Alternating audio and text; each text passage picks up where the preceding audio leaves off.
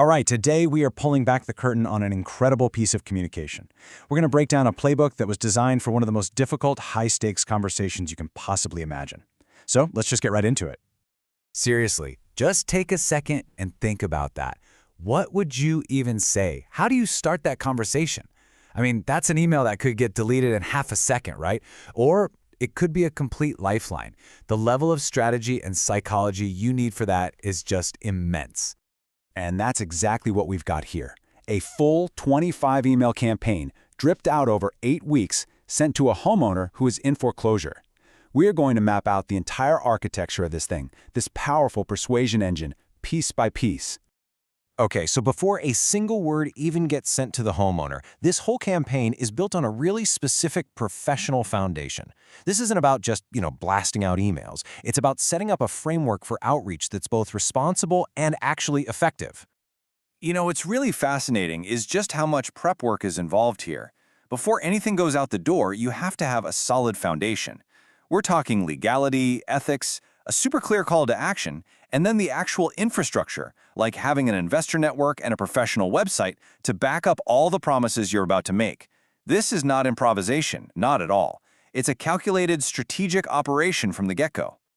So, let's get into the first phase of the campaign itself. The first batch of emails, they're not trying to sell a thing, they have one single job: to build a bridge of trust over this huge moat of fear and skepticism.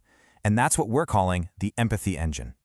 And you can see this strategy perfectly in the very first email. I mean, just look at that language. Supportive hand, not to add to any pressure.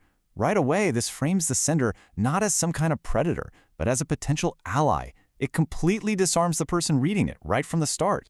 Email number 2 just doubles down on that. The key words here are solution and acknowledging the difficult period. See, the sender isn't just offering a transaction. They're offering an escape from pain, a stress-free solution. That's a powerful idea. Now, this might be the single most powerful line in the entire opening sequence. This is from email 3, and it's basically the no judgment clause. It just removes shame from the entire equation. By saying, hey, we don't care how you got here, we only care about getting you out, it creates this safe space for the homeowner to even consider hitting reply.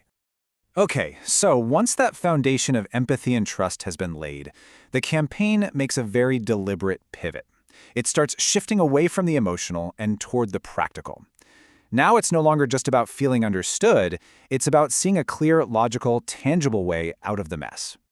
And here is that solution, laid out in plain English. Every single one of these bullet points is a direct answer to a specific fear. You worried about time? We can close in a week. Worried about fixing the place up? We buy it as is. Worried about the cost? No commissions. Worried about the neighbors finding out? Total privacy. It's like they're systematically dismantling every single obstacle.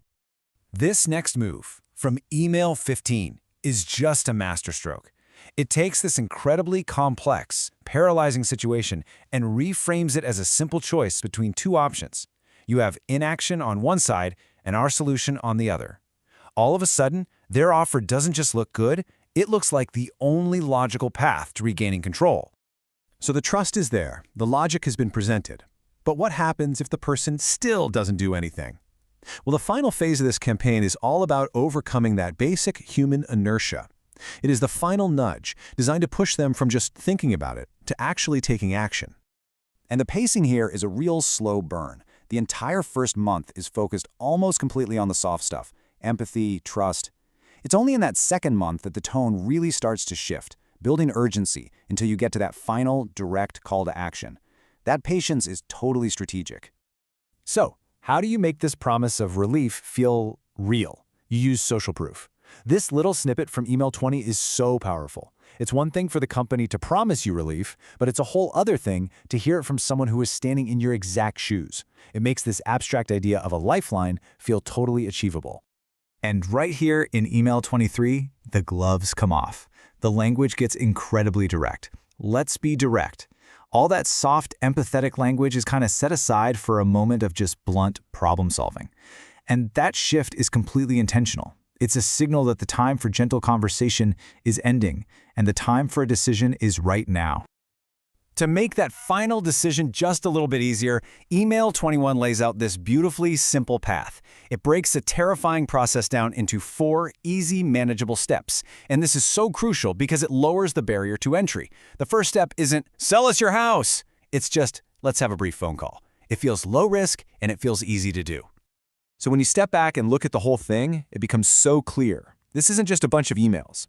It's a carefully choreographed journey, designed to guide someone from a state of panic and isolation and shame, all the way to a feeling of control, safety, and ultimately relief. Every single word, every email, has a very specific job to do. Which, of course, brings us to the big, final question. Is a playbook like this a tool for genuine help, offering a real solution to someone in a deep crisis? Or is it a sophisticated system of psychological triggers designed to manipulate someone when they are at their most vulnerable? The answer probably isn't that simple, and it's definitely